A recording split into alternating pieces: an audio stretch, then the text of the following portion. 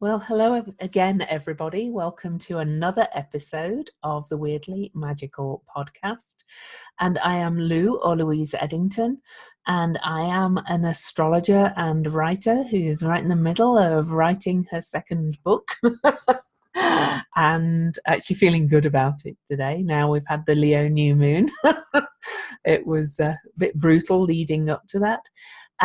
What else do I have to tell you? Oh yes, I do astrology readings, I do writings. I have a membership site where people can get my almost daily astrology articles, months ahead forecasts and more.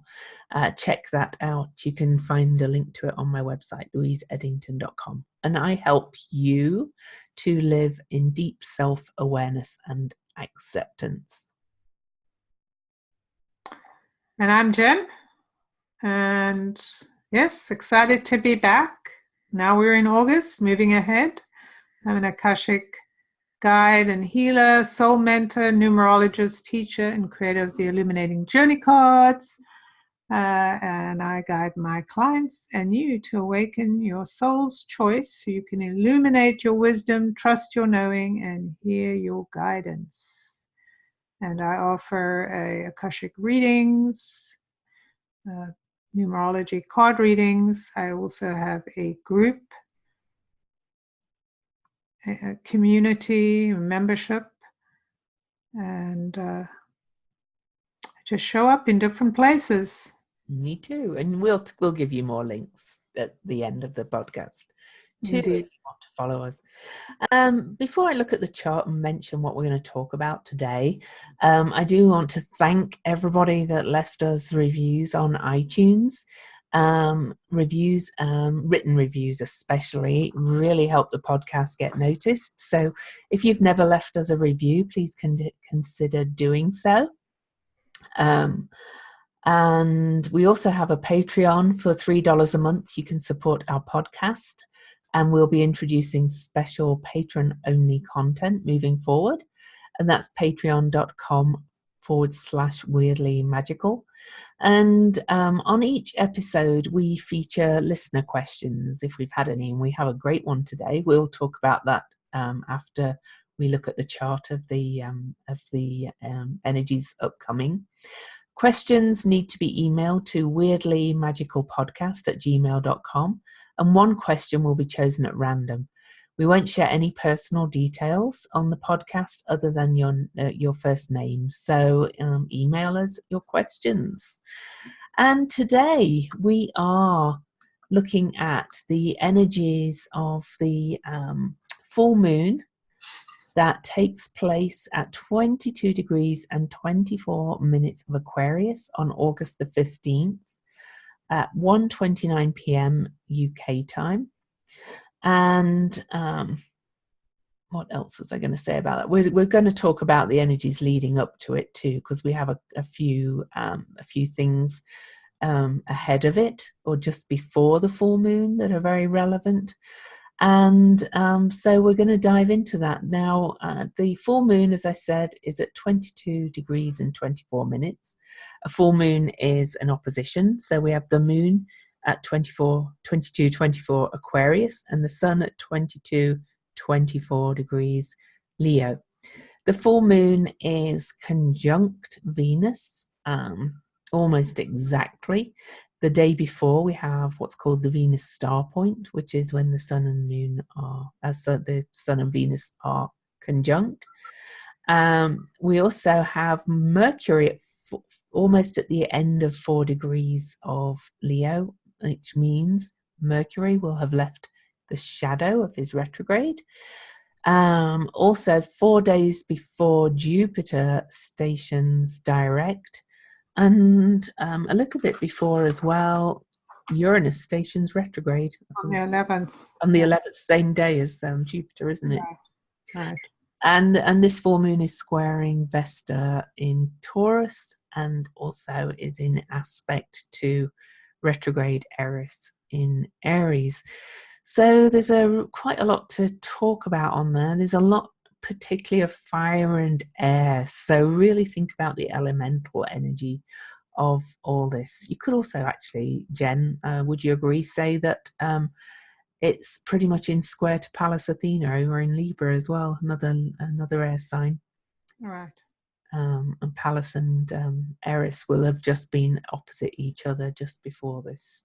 And I've just noticed we have a lovely mystic rectangle in the chart as well. So perhaps I'll mention that. But let's go to the numbers. We like mystic rectangles. Yes. It's the time to be in the mystical. Yes. So let's look at the numbers. We know this is on the 15th, which is a very powerful number in its own right. It's an alchemic or magnetic number. And so that kind of summons up the energy of our ability to kind of enter that field of abundance and creation. It really invites us to be present with the idea of change, so that we can alchemize the things we do into a service of love, doing what we love and feeling the joy around it, which I think has a lot to do with this moon in actual fact. So it's highly significant. And of course, the 15 is always that kind of middle place, isn't it? The middle of the chart, the numbers. So it is a key entry point. We're looking at a 20 universal month. So that in itself is significant because the 20 reduces to the 2. It has the energy of the divine when you have the 0 attached to it. And the 2 is about connection, contribution, connecting with others, working with others. And it is one of the manifesting numbers. So what's also interesting is we have and it talks about the division and connection and about awakening ourselves into a new space, which again addresses this particular moon. Then we have the 22 degrees, which is a master number, and that's a double 2. So we have more 2s, and that adds up to a 4. And the 22 is about being the master architect or the diviner of peace. So allowing us to really decide, what is this thing we're building? What are we creating? So we can feel the energy now is moving us into actual manifestation. We're being guided to really focus on what it is we're building going forward in this new world as the patriarchal system crumbles.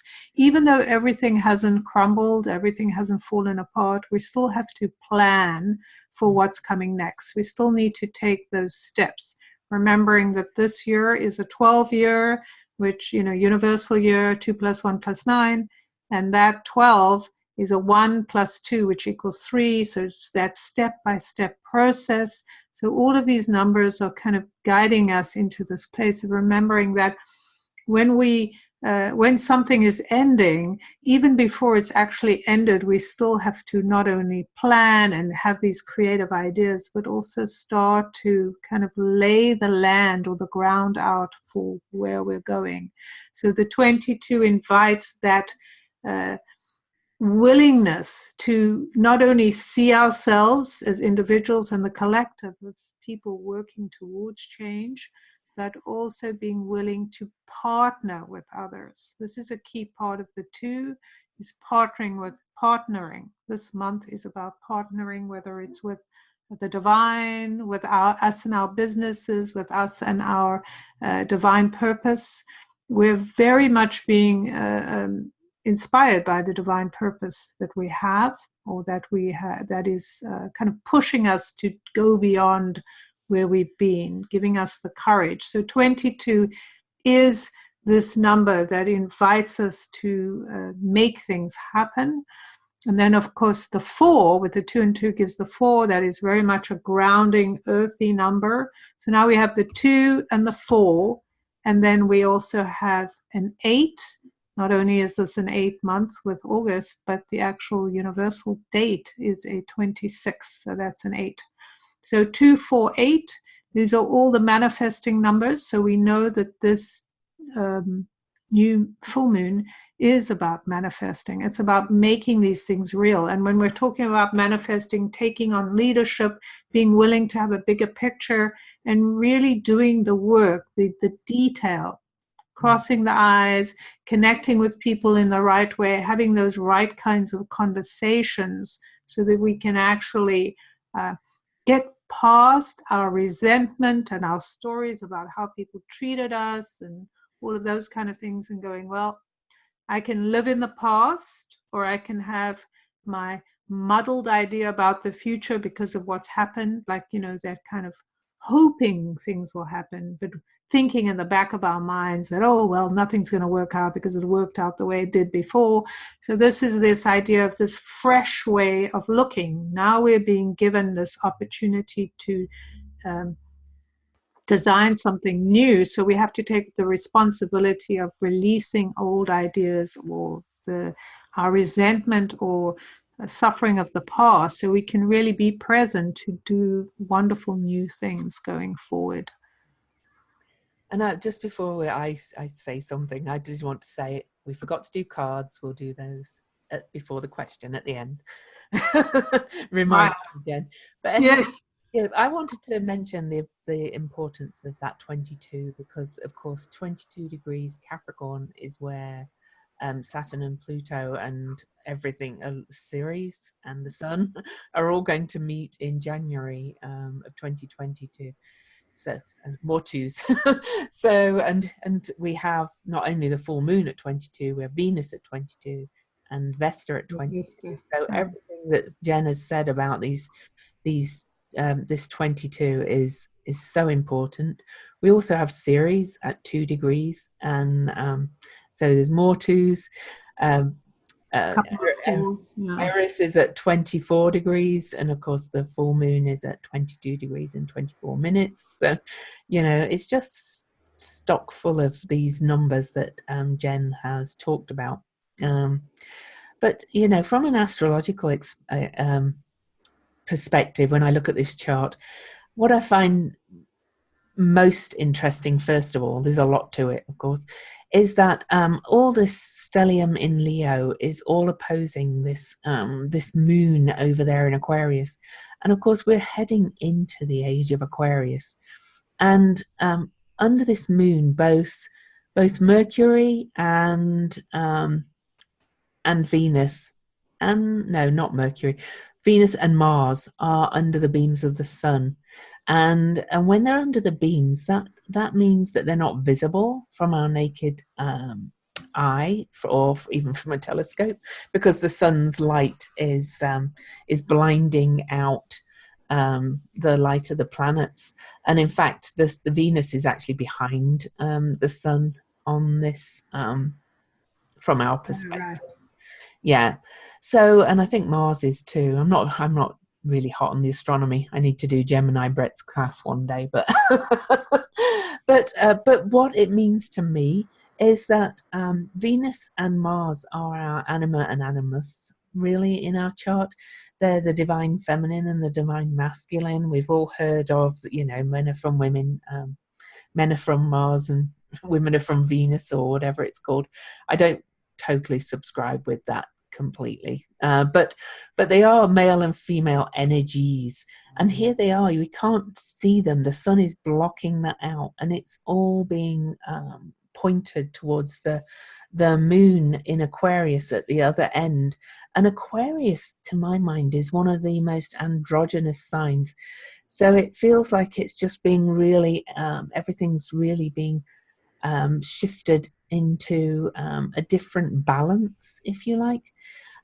We're kind of being pulled away from, and Jen and I were talking about this before we started, the groups we thought we were a part of, and being kind of pushed out of them. We're realizing we don't belong there anymore. It's not in a horrible way. It's just a shifting, and to go, Jen mentioned focus a lot in the numbers.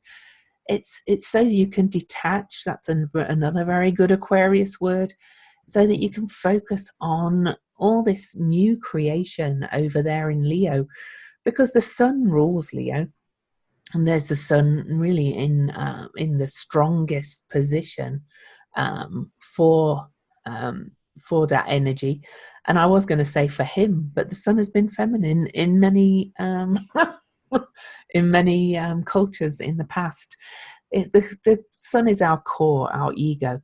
So what all that to kind of say is I feel this opposition is this month is so creative, but we are a new us as being created. We are creating our new core self, our new ego. It's being really upgraded by the light of the sun in so many ways.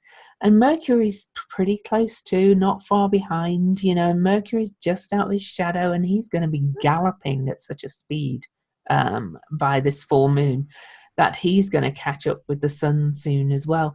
So really, I see this whole conflagration in Leo as, of all the personal planets, they're called, Mercury, Venus, and Mars. They're the most personal parts of ourselves, is this big upgrade and this need to detach away from it emotionally, with the moon in Aquarius. And then the square to Vesta, of course, is almost exact from the full moon, and that's real focus and commitment, and it's in a Venus ruled sign, and it's in the sign that I connect most with Mother Earth, Gaia. So there's a lot of connecting to the earth and just getting really creative as you not only create what you want to create in life, it's more about creating your essence, your new essence. And I'll come back to the mystic triangle after Jen's said something. Oh, yummy, juicy, yummy. It is yummy. Yes, very lovely to have all of this magical aspect. I think that that's a really key part of the underlying aspect of August is in traditional space. First of all, just the word August, even though I know it was named after Augustus. But August, the word August has to do with being something that's of a higher nature, but it's so beautiful. And it's part of that aspect that we must now, even the part of Leo or the lion, is that it's the part of us that is so beautiful, that it's not the part that we've looked at or criticized and been, oh, you've got such a big ego, or you think so much about yourself. But it is the essence of the heart of the lion, the courage and the beauty of the self, the willingness to shine our light. Just the aspect of the 19 of the year is helping us to, and this particular month is so important. It has that august energy of kind of royal energy of going, this is who I am, this is who I need to express. It doesn't matter. Like I cannot kind of suppress my voice to belong in a group where I'm not relating to other people, right? So that's kind of the idea of moving away from groups, moving away from people, moving away from ideas that have passed their prime. They're kind of old-fashioned. The Aquarian age or the Aquarian energy here is pulling us to the future. We know that what the future is about is new ideas. It's about new energy of creativity, us showing up as we are.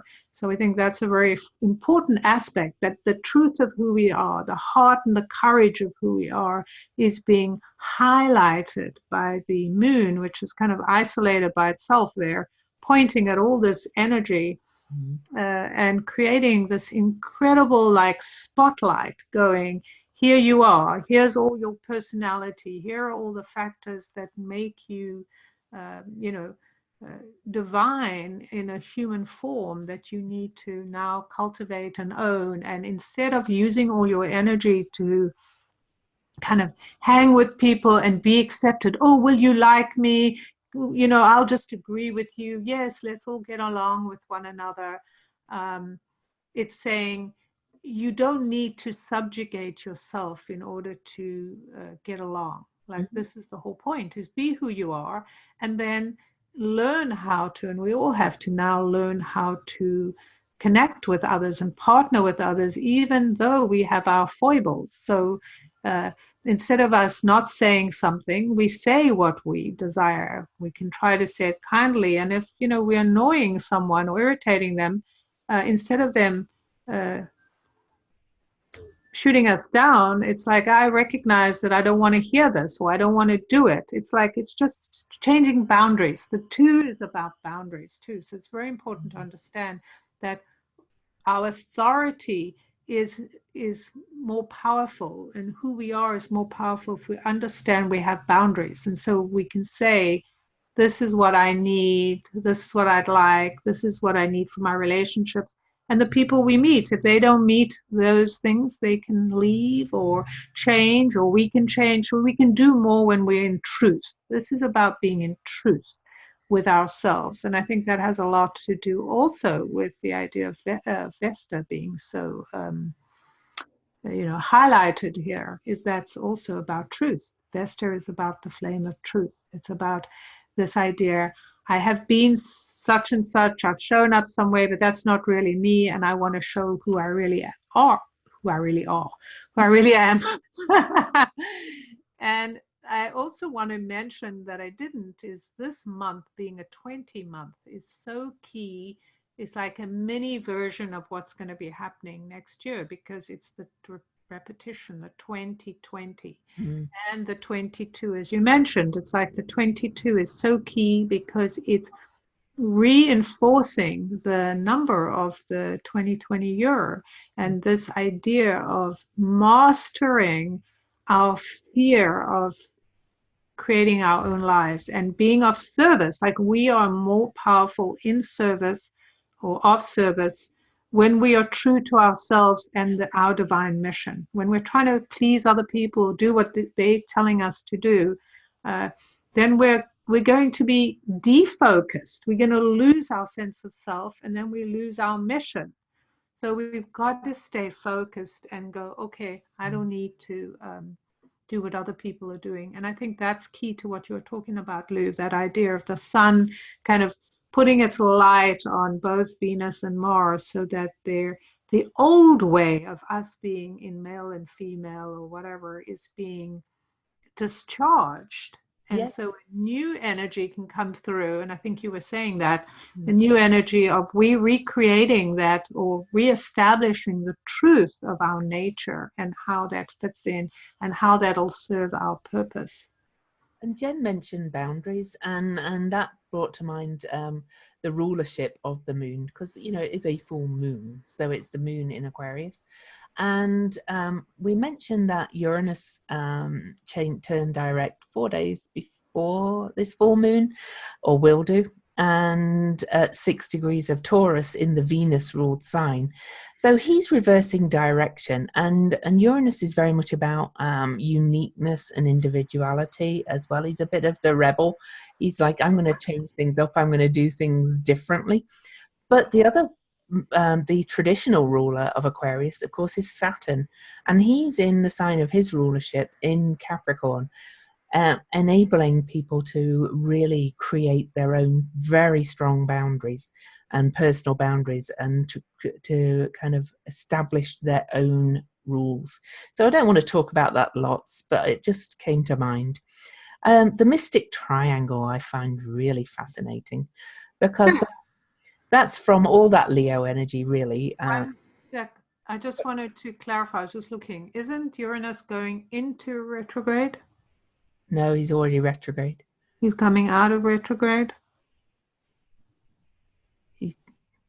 Okay.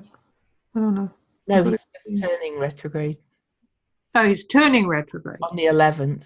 That's right. I was just wanting to clarify that. Yeah. Okay. Yeah, so he's going backwards, going, let's review this kind of thing. Our individual, right. all that kind of stuff. Exactly. Yeah. Anyway, the mystic triangle. So a mystic triangle is always made up of two elements. Okay. So in this case, we've got the opposition. It's made up of two oppositions, which are joined in kind of a rectangle from the four points. And we have the two oppositions are from this full moon, obviously. And then we've got Eris in Aries, another fire sign, and Pallas Athena in Libra, another air sign. So this is a fire and air mystic triangle. And a mystic triangle is really a very harmonious and beautiful aspect, as its name suggests. And it is really, the aspects, to my mind, all come together in this beautiful configuration. It's for another upgrade, really, I always think, or a mystical upgrade. And of course, air and fire signs are very much to do with spirit. Air itself is to do with fire, to do with spirit itself. And fire is to do with burning off the phoenix rising, that kind of energy. And air fans the flames of fire. So I think this is yet another part in the spiritual upgrade that we're all experiencing in humanity. You might think, are we? With all that's going on?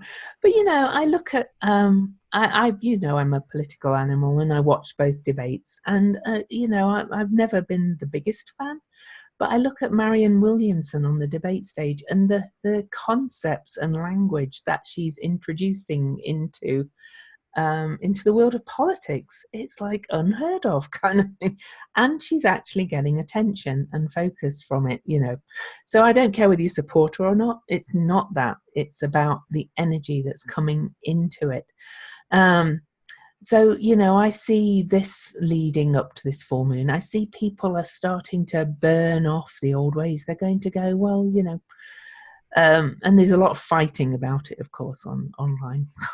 But they're going, well, it's not rational, it's not science. And I'm going, well, actually, science caught up with a lot of what she's saying.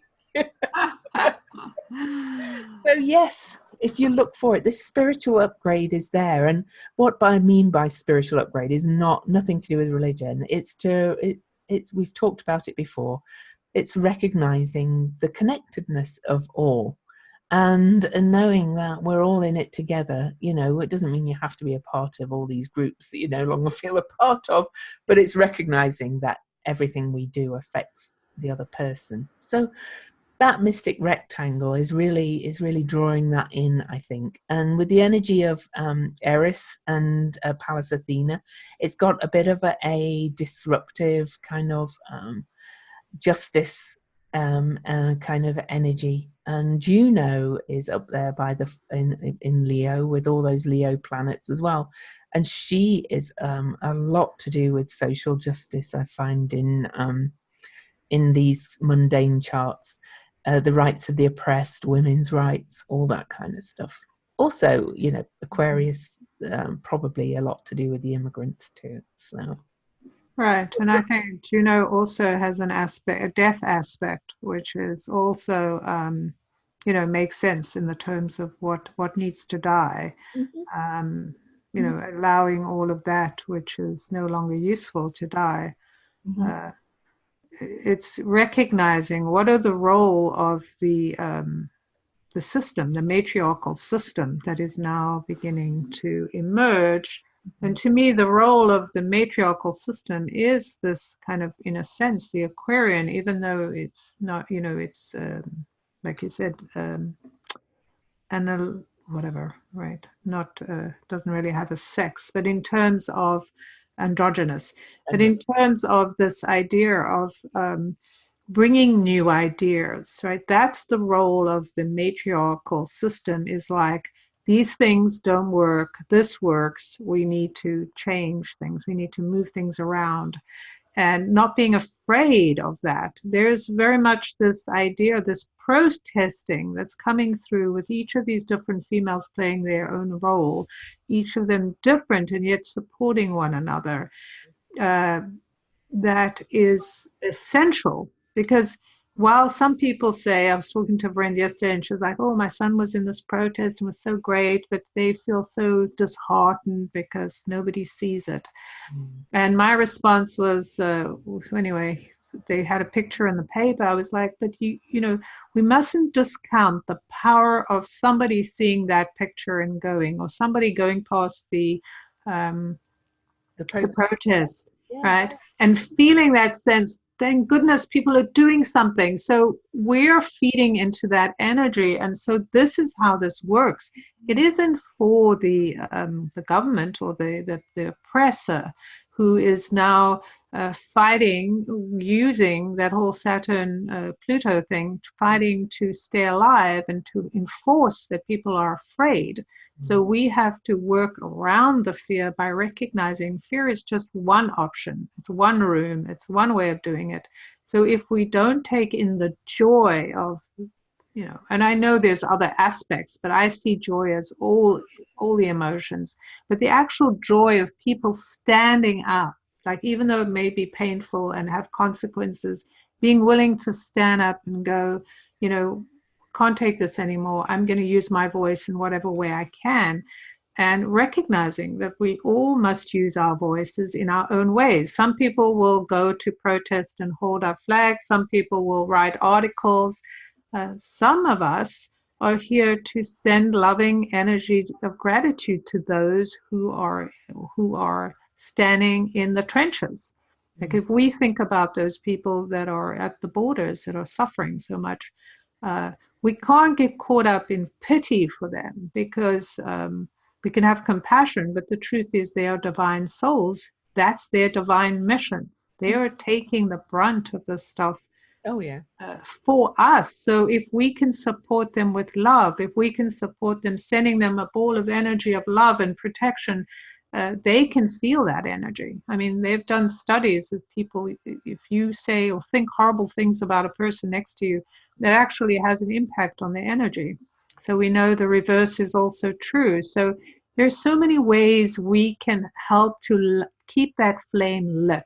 If I think about like the idea of Vesta and all of this energy, the idea of tapping into that and saying, what is the flame that we're burning? What is the flame that has been kind of hidden and misused or misappropriated? Because the government and many politicians light a flame to kind of trick us, right? They hold up that flame and say, look, I care about you. And then it's all a front. And so we know that we are the ones who have to decide, what is this thing we're deciding? Remember, it's the 22. What are we creating? We're creating a world where people can actually be cared for and treated decently. So therefore, we must hold to that, to what is required to build it. And whatever that is for you is something you must do. So there we go. That's the Marianne Williamson impact, right? It is. This is what she's doing. She's chosen this role to kind of sacrifice herself in it's kind of weird to say sacrifice, but that's all the energy of Vesta is. A sacrifice is not always a bad thing. It's not always being impaled on a bloody spear. It can sometimes be something quite pleasant. But the beauty is here she's bringing in these concepts. And what's so amazing about it is she seems so normal, which she is, right? So rational. It's like we've had all these crazy people going, like anyone who says socialism or does this, they're totally crazy, insane person. And in actual fact, I've even heard people saying, I don't know what's so crazy about my idea of wanting that every person has dignity and gets food and health care. What's so crazy about that? And then we going to have to go, yeah, what's so crazy about that? So we need to be more outspoken about these things, but we also need to be able to not just blurt things out, but be like Marianne Williamson in a way. When she's asked questions, like I love to watch how she responds. She doesn't get all heated up. She's not defensive either. Yeah, she's not defensive. She's very calm and rational, right? Yeah. And so this is like, it's a great role model for all of us. We've got to be calm and rational. And look, we're not going to change crazy people's minds, and we're not here to change their minds, but we can still continue, right? We can leave their camps and start creating our own camps. So I think that's, to me, is a lot of what this energy is about. This, and the beauty of the mystical triangle is to embrace the mystical, right? We don't know what's happening. So why don't we just, you know, to me, I look at it and I say, you know, all these people doing all this stuff, throwing, they're kind of throwing all this like anger and look over here and look what we're doing. We're torturing people. Look over here. And I mean, of course, it is awful that they're doing that. However, while all of this stuff is in shambles, I can't speak. I can't say stuff. While it is all in shambles, this is the most wonderful time for us to be creating and get away with it, because no one's looking at us, right? They're all looking at all these blowhards doing all this crazy stuff.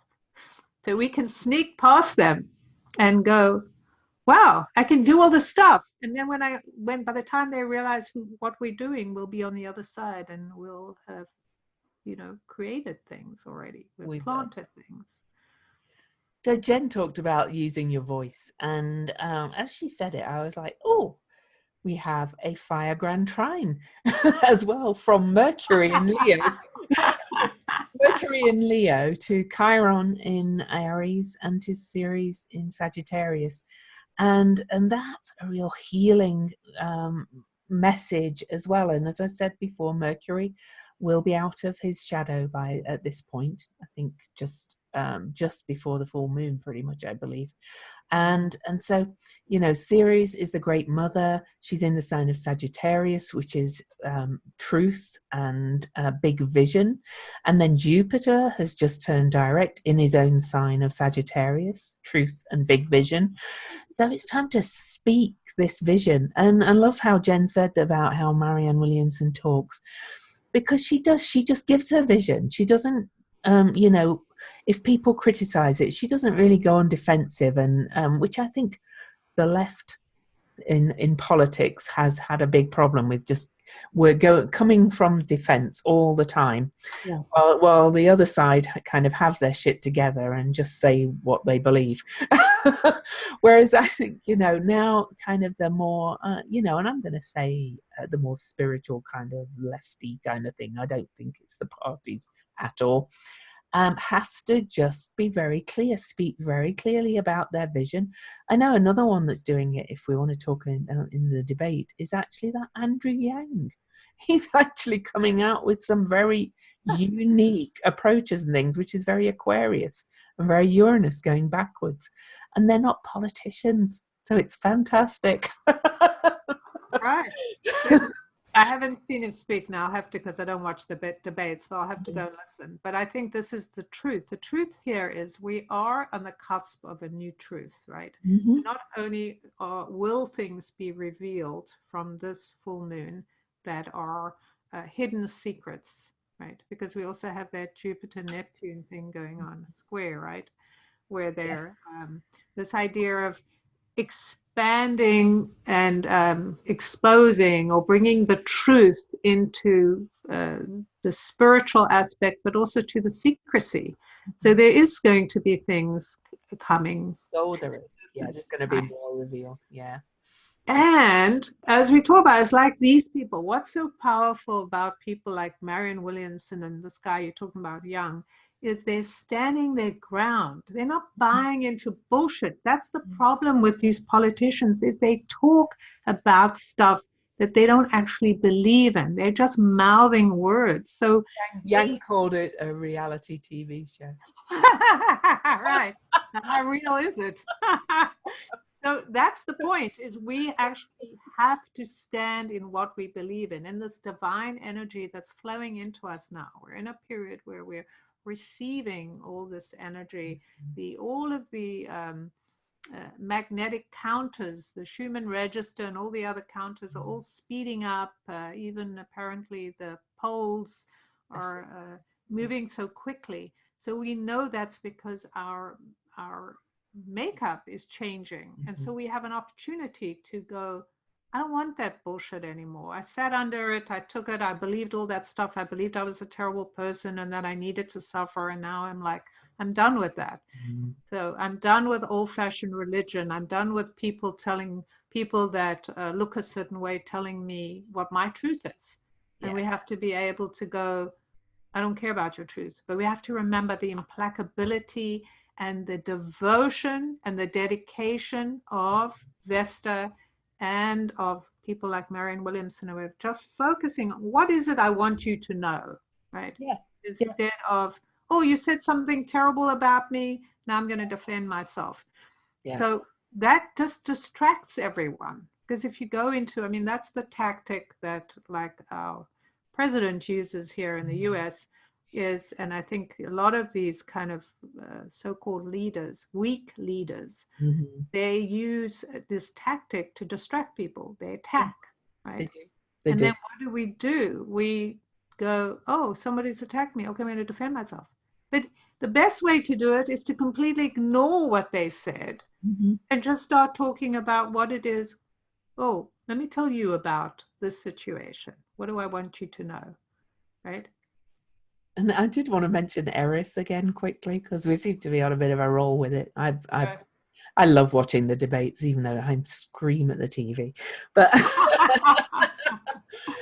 Eris, my favorite Eris. Of course, I mentioned her that she's in aspect to the full moon and in part of this mystic triangle.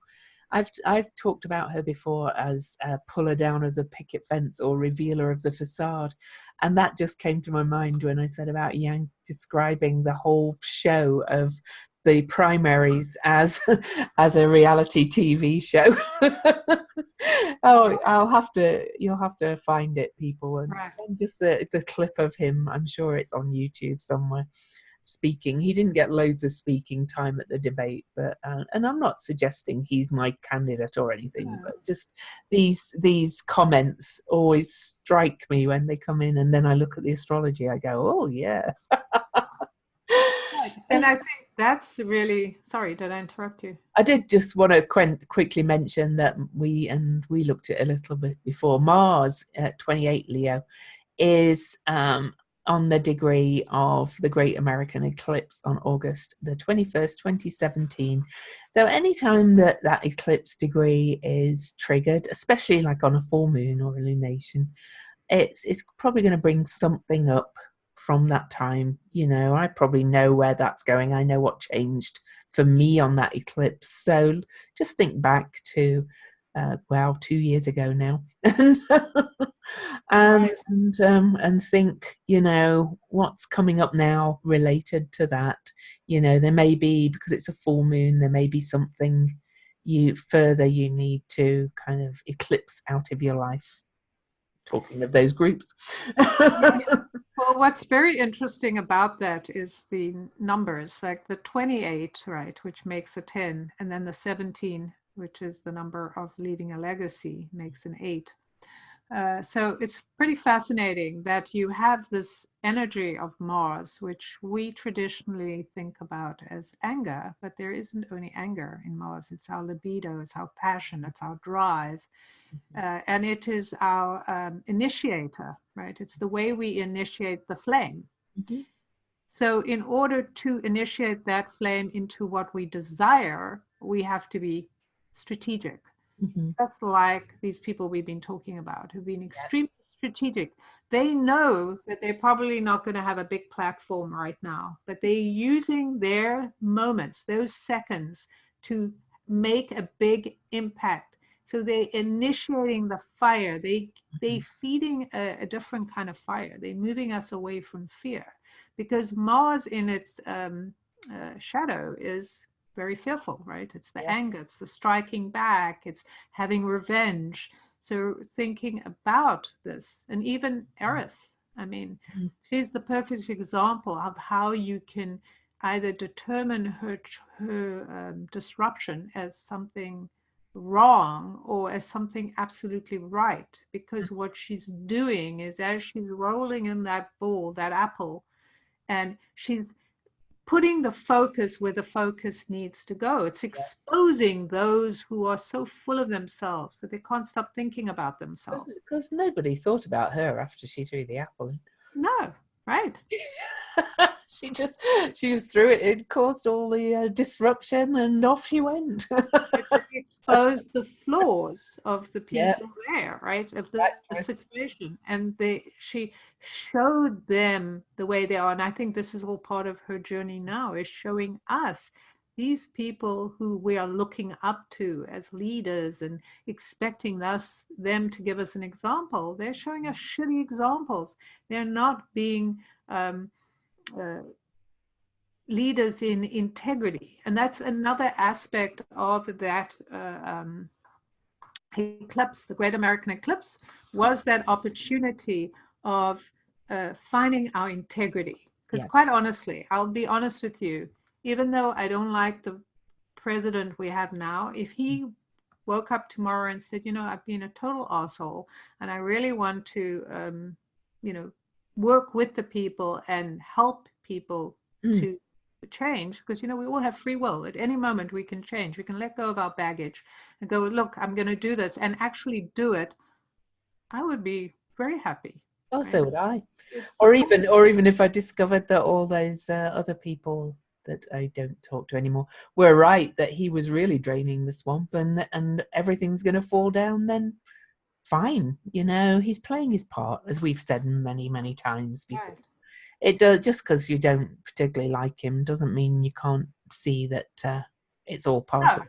But exactly. But my point is that he has been out of integrity, right? Yes, he has. Yeah. Whoever has been out of integrity from that time is going to fall from grace, in a sense, because we're in this time of truth, and so some, it's all going to be, ground into.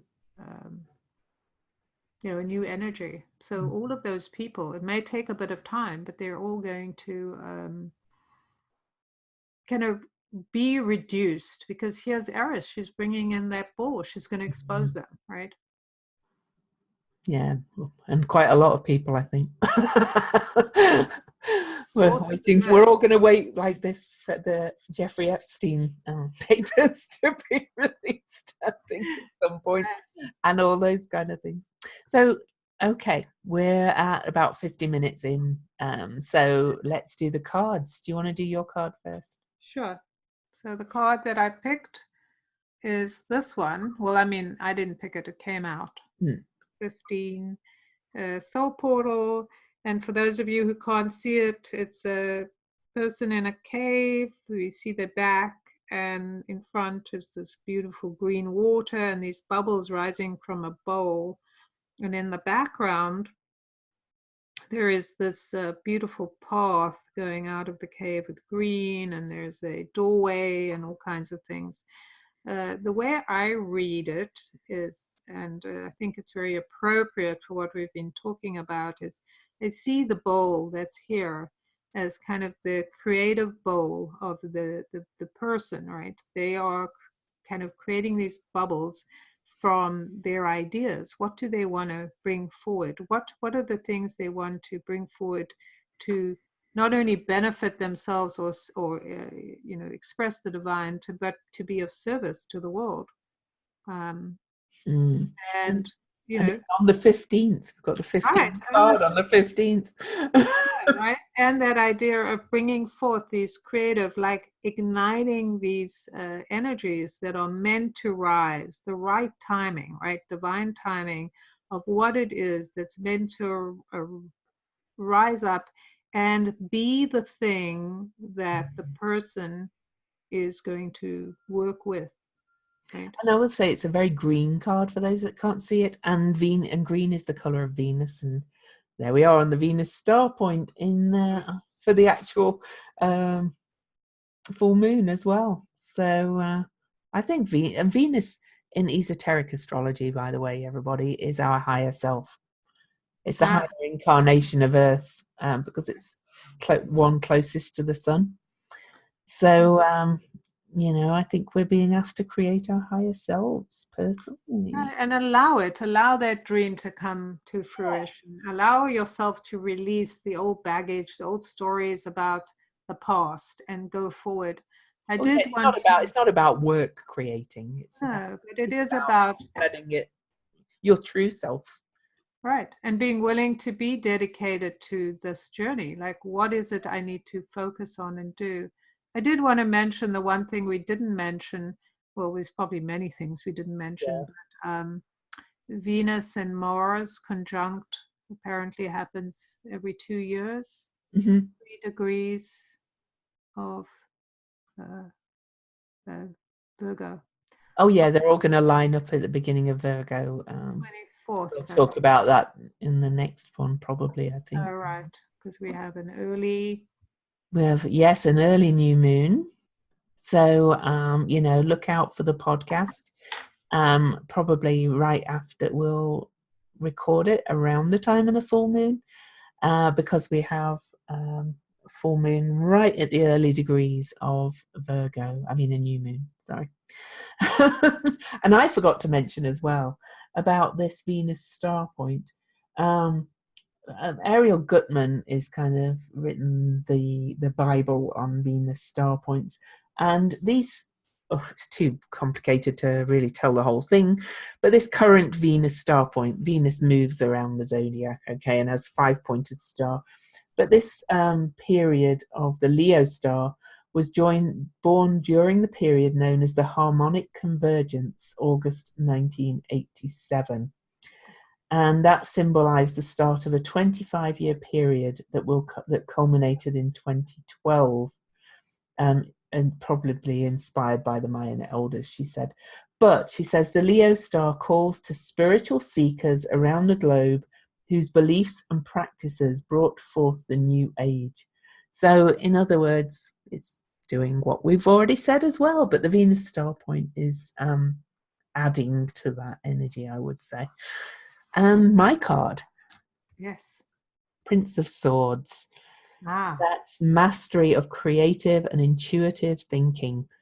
So, look at, I always think of this energy behind all this diamond energy as very Uranus, Aquarius kind of energy, because Uranus and Aquarius energy is very much thinking from out there in the bigger picture and making the bigger connections. And I find it funny how some of these cards get reflective with my green scheme. But that's right. It's very interesting. It is, isn't it? But this he's got the curved sickle and elongated sword, and they're symbols for their dynamic function of thinking.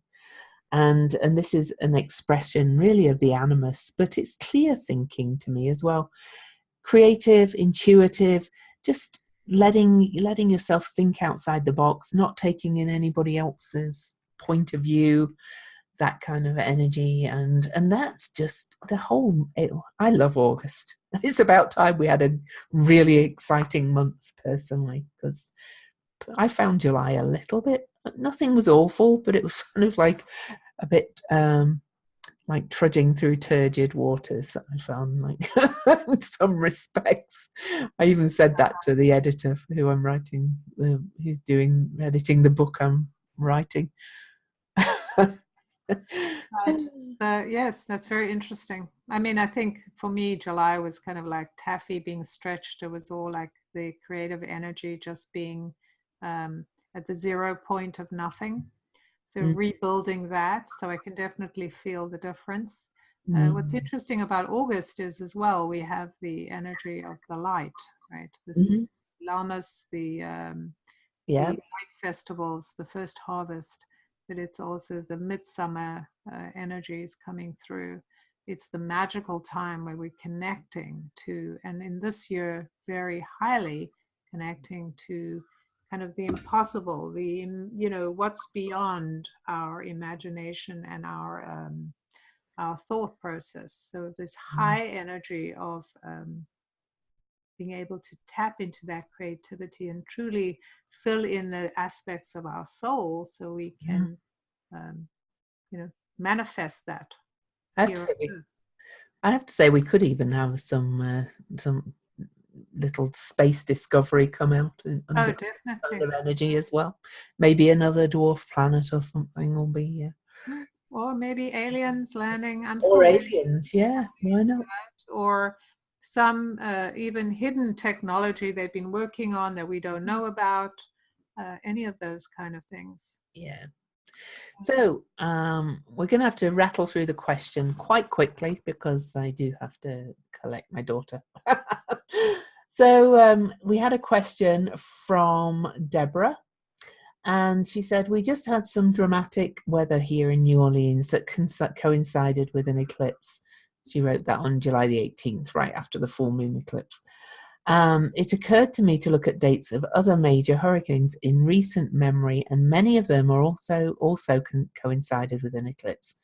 Is there an actual correlation, or do you think it's just a coincidence?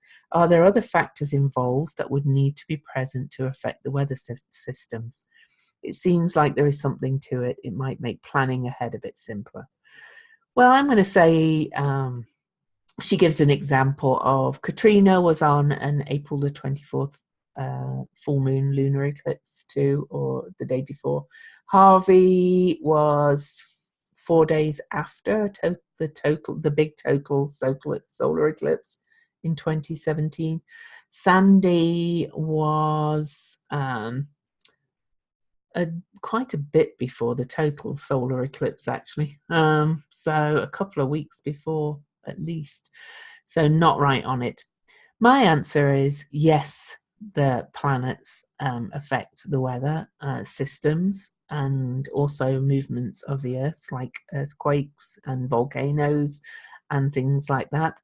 There's definite correlation. I myself had a flooded basement on a Scorpio full moon. That was a completely kind of weird event almost. And it was pressure in a pipe that had burst on the road outside our house. But I've seen wildfires, for example, when there's extreme fire energy, especially when it's fueled by a bit of air energy. But I don't know if it's easy to predict. I don't think it is, because you might predict that there's a higher likelihood, but to say, you could say there's going to be this eclipse will bring a hurricane in this area of the world. I'm not so sure that's easy to do. I'm not a weather forecaster. It's undoubted that eclipses are heightened energy, so there's probably a little bit more likelihood, I would have thought. But so yes, it affects it. Other planetary movements also are involved, so they affect it. But I don't know if you can plan ahead, really. So I'm with Louise on that. I don't think you plan ahead. The other thing I think is that we can think about every year we have eclipses, right? And so we're not having those and numerous times in the year. So we're not having those kinds of impacts every time. Yeah. So we know that it is specific things. I do think that Neptune definitely involved when there's water stuff. So you'd have to, we'd have to do a research project to kind of figure out where is Neptune when there's a water thing, and what other planets are impacting. Jupiter expands things too, right. It's like right.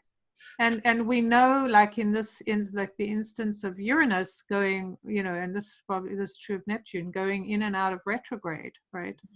There's usually some kind of Earth movement. Yeah. So we know those kinds of things. And like you say, the expansion, or maybe Mars or Pluto, we don't know. They can be in certain positions, but I think you would really need to study that to understand. So it is unpredictable, with just kind of going with a vague guess. Well, this is like this is like this. So definitely a possibility, but it's not a certainty. It's not something you can guarantee.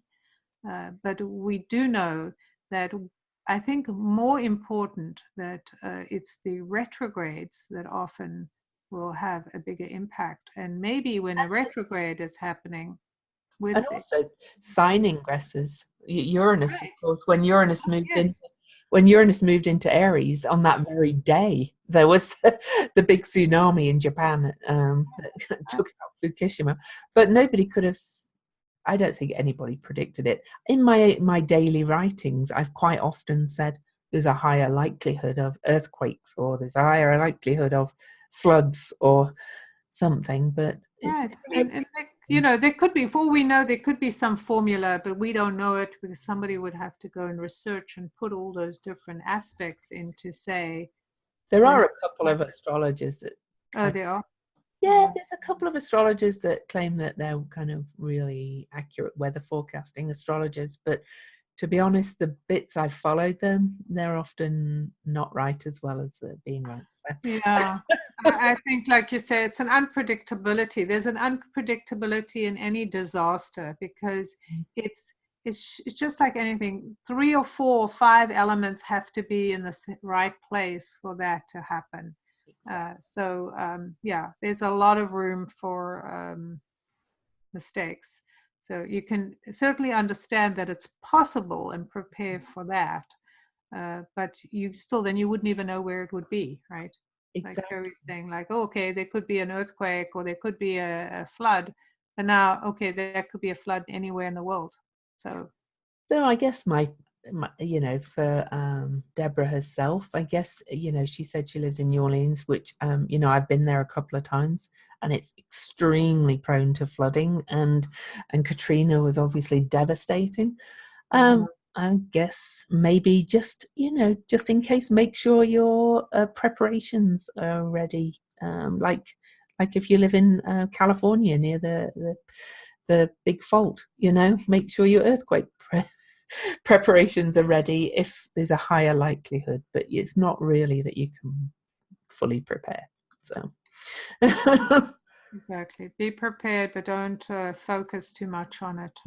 Exactly. Yeah. So Jen, do you want to tell everybody where they can find you? Are we not doing the Sabian symbols and all? Oh, yes, we are. You do yours. All right, 23 Aquarius. So that is a big bear sitting down and waving all its paws. A symbol of man's absolute mastery of his own lower nature and of his ability to bring every function of life to a high personal fulfillment. There are limit. Huh? I said, oh, wow. We just. I know, right? It's so weird. Yeah. Illimitable channels through which he may further each separate phase of his self-discovery. But he always must demonstrate the worth of his own individual gifts before he can participate adequately in any large reality. His soul finds itself through the excellencies it makes the very fabric of itself. The key word is aptitude.